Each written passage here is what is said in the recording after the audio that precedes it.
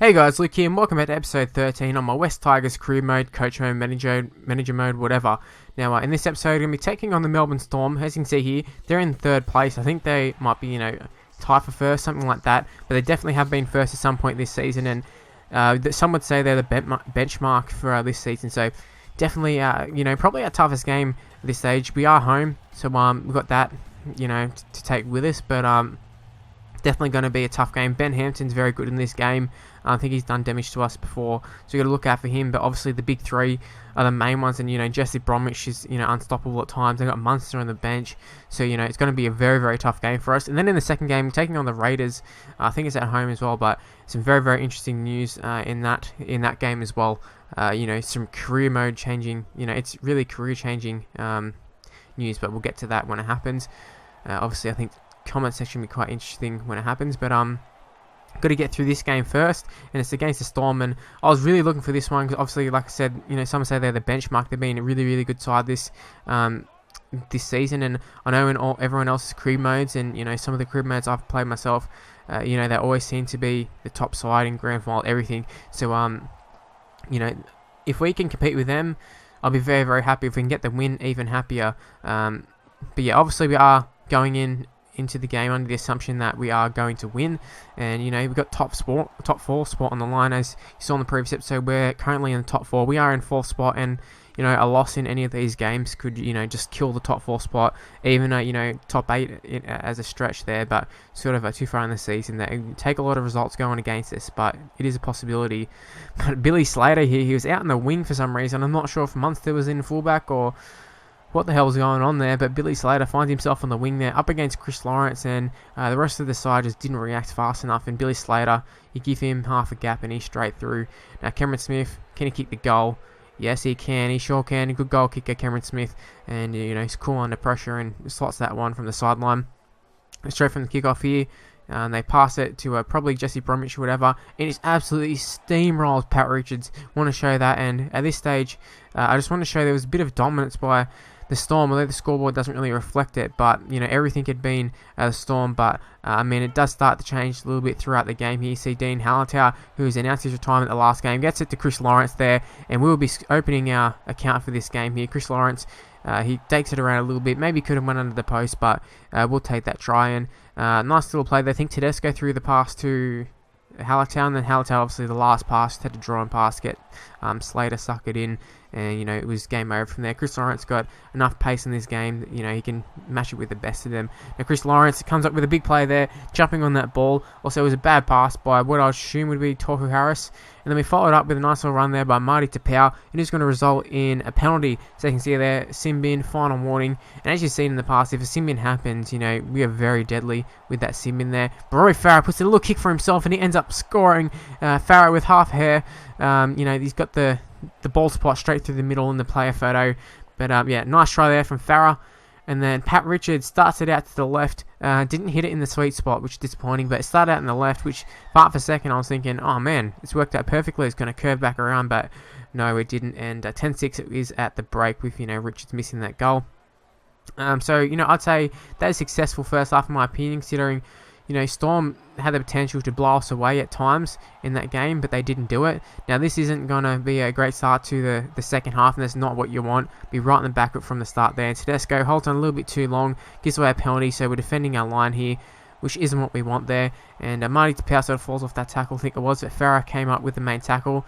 But Cameron Smith just going to force his way over there. You can see a little bit of a glitch by the computer where all the players ended up running past Cameron Smith and standing in our in-goal. I'm not sure if that's some sort of set play there, but I definitely knew for sure, there was only one option, that was Cameron Smith going over, and I've spamming the shit out of the tackle button and still couldn't stop it. So I don't even know how you're supposed to defend on your own line properly, if there's a certain method to stop them pushing, but all I know is it depends on your stamina at the time. And Cameron Smith, one of the fittest in the game, so obviously going to have more stamina than us most likely. Now, they've actually taken the lead due to us missing that goal. And here we go, very, very close there. A few times there, Naguama just before in the previous clip, and Brendan Santee, shoulda, woulda, coulda scored that try at us there, which would have been right next to the post.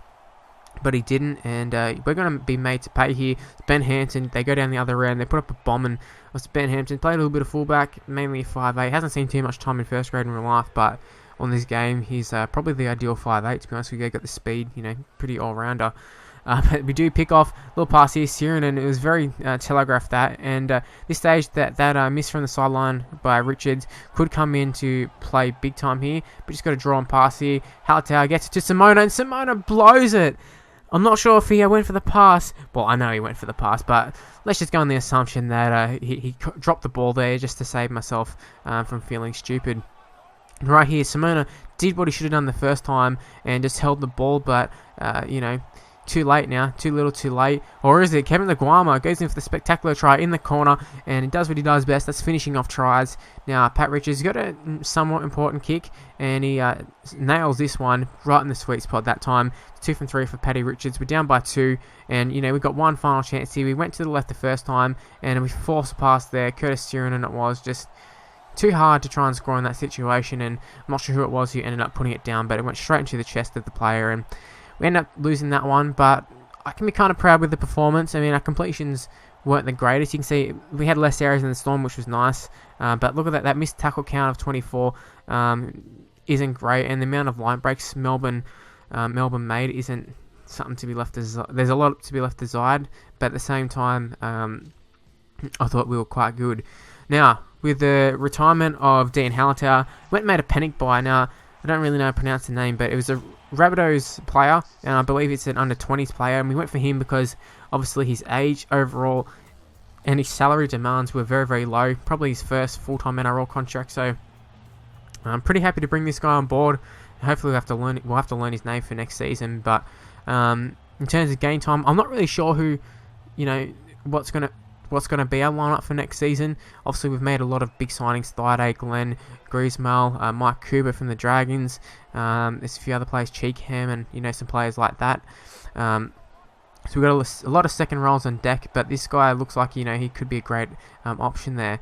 Now we start off the game pretty well there. Curtis Siren comes up with a nice kick, not quite a 40-20, but just want to show that playing with a pretty cool head is young Curtis Siren. A lot of people may be questioning why I don't have Mitchell Moses in the side, and went with Curtis Siren just for his defence. He's pretty physical and that sort of stuff, and it's paid off pretty well at this stage. Even his kicking game is quite strong. Now we might have blown an opportunity there. I think Chris Lawrence probably should have kept it himself there. But we are going to score a try, and it's Robbie Farah, the captain, who ends up scoring first try of the game. Aaron Woods went up for the ball, and he's actually has a habit of catching the ball. And either passing it off or getting it down himself.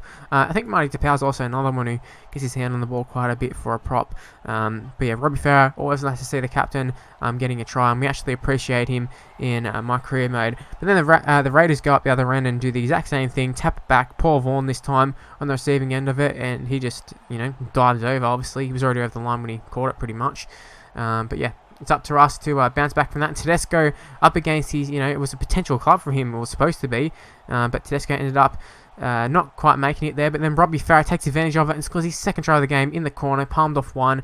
And looked like a little bit of a cluster due to the animation, that sort of stuff. But I'll take that try every day of the week. A try's a try in my eyes. And a 10-6 lead.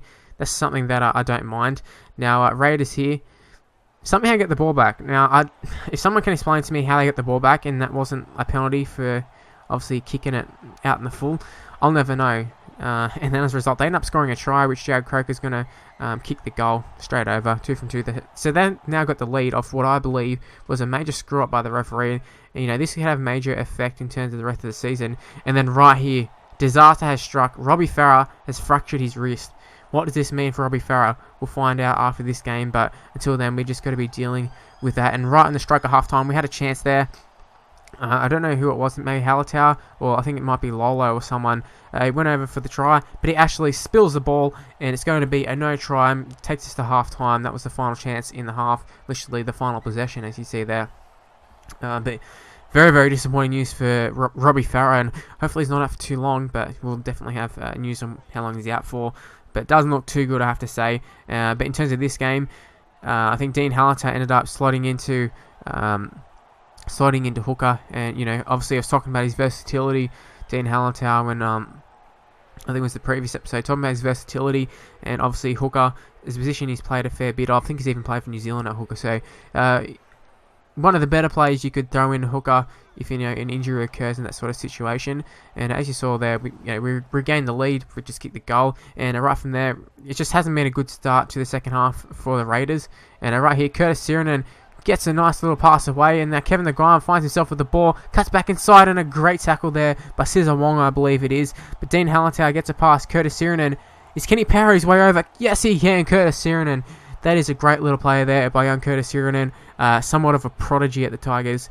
Now, I think I didn't really quite finish saying what I was saying about Curtis Sirenen before, because the Farah thing happened, but Sirenen, a lot of people have been asking where Mitchell Moses is, and yeah, he's in reserve grade where he belongs in my opinion. He's just not quite ready. I'm not saying he'll never be, but for this time, at this moment, Curtis Sirenen will be the 5'8" in the near future. Now right here, bit of a nail in the coffin, you'd have to say. Tedesco, I'm not going to say has wrapped it up, but feeling very, very confident. It's almost wrapped up, you'd have to say. And I thought it was a really nice fullback's try there. He sort of just saw the gap, changed direction, hit the gap, and it was game over.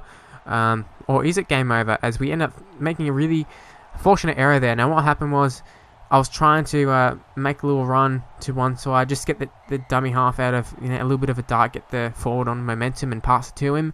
Instead, it decided to go the wrong way, and I sort of was like, oh shit, don't want to go that way. Still went with the pass, and obviously it hit our own player, and Joel Edwards ended up crossing over for the try.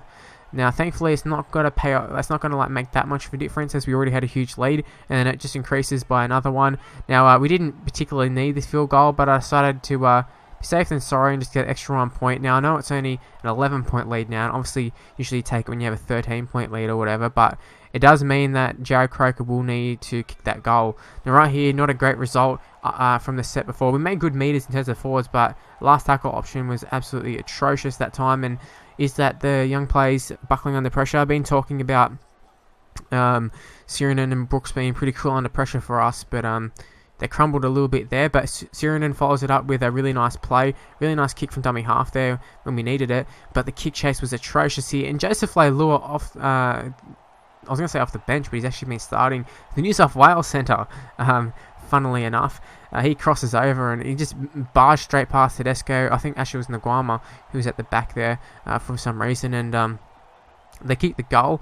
But thankfully for us, though, we are going to pick up the victory, 29-4.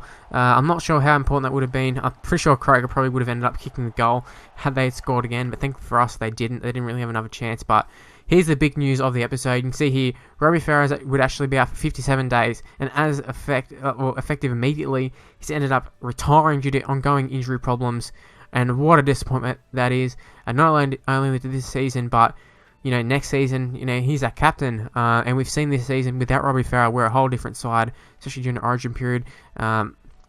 Interesting to see the rest of the season how we go, but for such a promising season, this isn't the way it's supposed to end.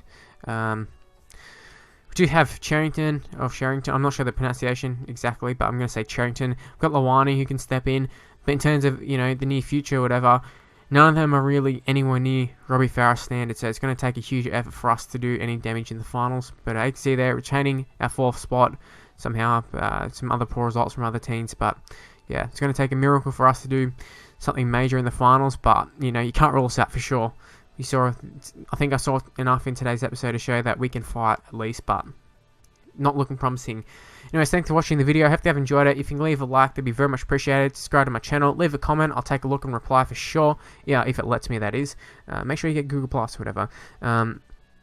Twitter is @MrLukeMyT. Face the page in the description below. And I will see you for my next video. Bye, guys.